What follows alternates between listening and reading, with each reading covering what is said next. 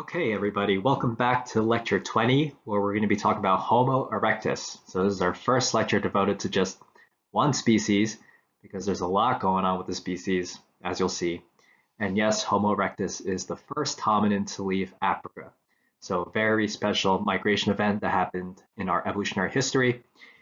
And with Homo erectus, maybe you can't see from here, but you're going to see a lot more morphological traits that look more like us. You're going to see more sophisticated stone tool technologies, and you're going to see a change in body shape and size that looks pretty much like us. So you're going to see a lot of things that are very human-like that just sound familiar to you. In fact, so much so that some researchers actually think Homo erectus should be the first and oldest species in our genus Homo, and that Homo habilis should actually be in Australopithecus. That's kind of a minority opinion. I won't say much more about it. Okay, let's move on. Okay, so here's the outline for today's lecture. In the first video, I'm going to give you an introduction to Homo erectus. I'm going to show you how it's distributed through time and across space. And I'm going to go over some of the history of its discovery. So this is going to be a short video. In the second video, I'm going to talk about Homo erectus's morphology and locomotion patterns. Third video, I'll go over some important specimens and sites. And here you'll see the pattern of migration out of Africa. And the fourth and final video, I'm going to go over Homo erectus behavior and archaeology. And so as we continue through the semester and we get more towards the present and towards more recent hominins, we're going to see that behavior and archaeology is going to form a larger part of our lectures as opposed to the older hominins, which were mostly focused on morphology and locomotion. And it's because with the younger hominins, the more recent ones, we start to see evidence of more complex human-like behavior and complex archaeology. Okay, so you've seen this figure before. In the last lecture, we covered the earliest species of the genus Homo, specifically Homo habilis. We went over the robust Australopiths, those belonging to the genus Paranthropus, Paranthropus robustus, Paranthropus boisei. Today's lecture is all about one species, Homo erectus, right there. And here is kind of a more detailed way to show the previous slide. So again, time is on the vertical axis, oldest at the bottom, youngest at the top. And here we see a whole bunch of hominin species. Some of them you'll recognize, some of them you won't because we don't go over them in the intro class. But I just want to point out Homo erectus right here.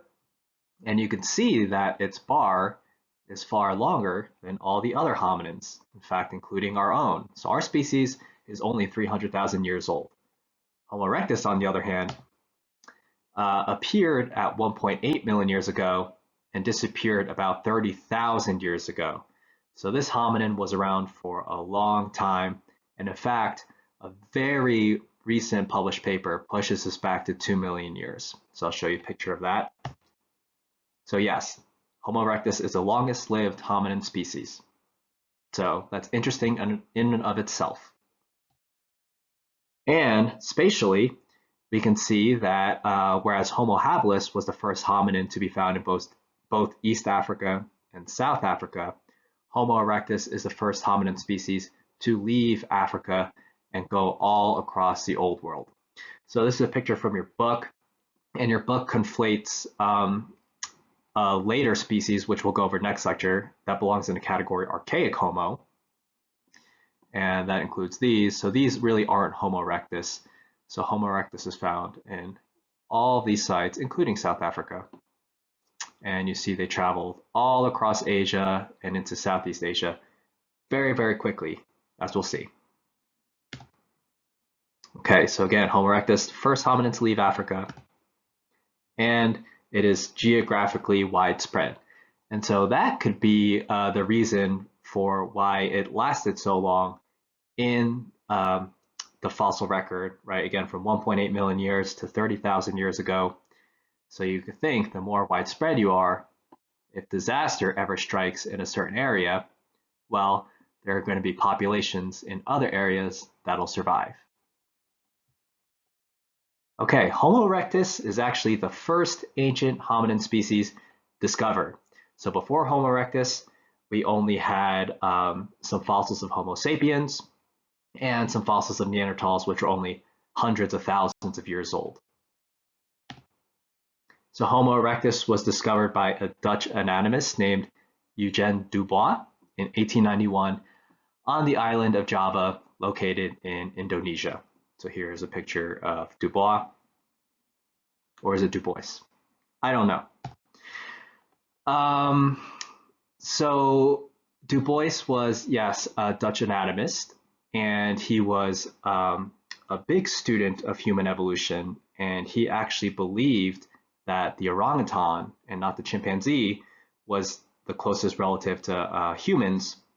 And so because the orangutan lives in Southeast Asia, he thought that would be the place to look for early ancient hominin fossils.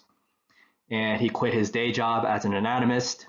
He joined up with the army as a medic. And through that, he was able to look for fossils, and he got lucky. He found one. And he called it Pithecanthropus erectus, aka Java man. So if we break this down, Pitha, remember, again means ape, anthro human, erectus means erect. So this was an erect ape human. So this name is quite loaded. Erect meaning it walked upright, so undoubtedly a hominin. And he called it ape human because he thought the fossils he found was actually the missing link between earlier, more ancient ape species and later, more human-like species. And these fossils are dated to about 1.7 million years ago. And here you go. So Trinil 1 was the first one he found. It was just a molar, couldn't really make much of it. And then he found this brain case, and it was the brain case, so it had a very heavy brow ridge, not very human-like, but he noticed that the brain size was quite big, larger than all modern apes, and so it was this mix of primitive and derived traits that led him to believe that it was this missing link. And erectus, because the femur is quite human-like. So you can see here that it's upright, but it's slanted down here. So you know it has a valgus angle. It has a large femoral head, right? Because we humans, we stand up, all of our weight is loaded onto our, well, this is the thigh bone. And so having a larger joint surface helps to dissipate that force. And this individual was not well. So you could see some of the extra bone growths here. And Dubois presented this to the rest of the community, paleoanthropological community. No one believed him. They either thought this was a human or an ancient ape. He became very bitter. I think he became super obsessed with paleoanthropology and finding fossils, so much so that his marriage failed. And he became so bitter that he just didn't want to show his fossils to anyone anymore, and he buried them under the floorboards of his house for 30 years. So the lesson here is, do not be Dubois. And here you could see here the excavation. So it was actually on the banks of a river called the Solo River. And the X marks the spot. So that is where Trinil 2, that skull cap, was found in 1891. And this picture shows the excavation during the 1890s. So very cool, special picture. Okay, so that concludes video 1. Second video, we'll talk about Homo erectus morphology and locomotion.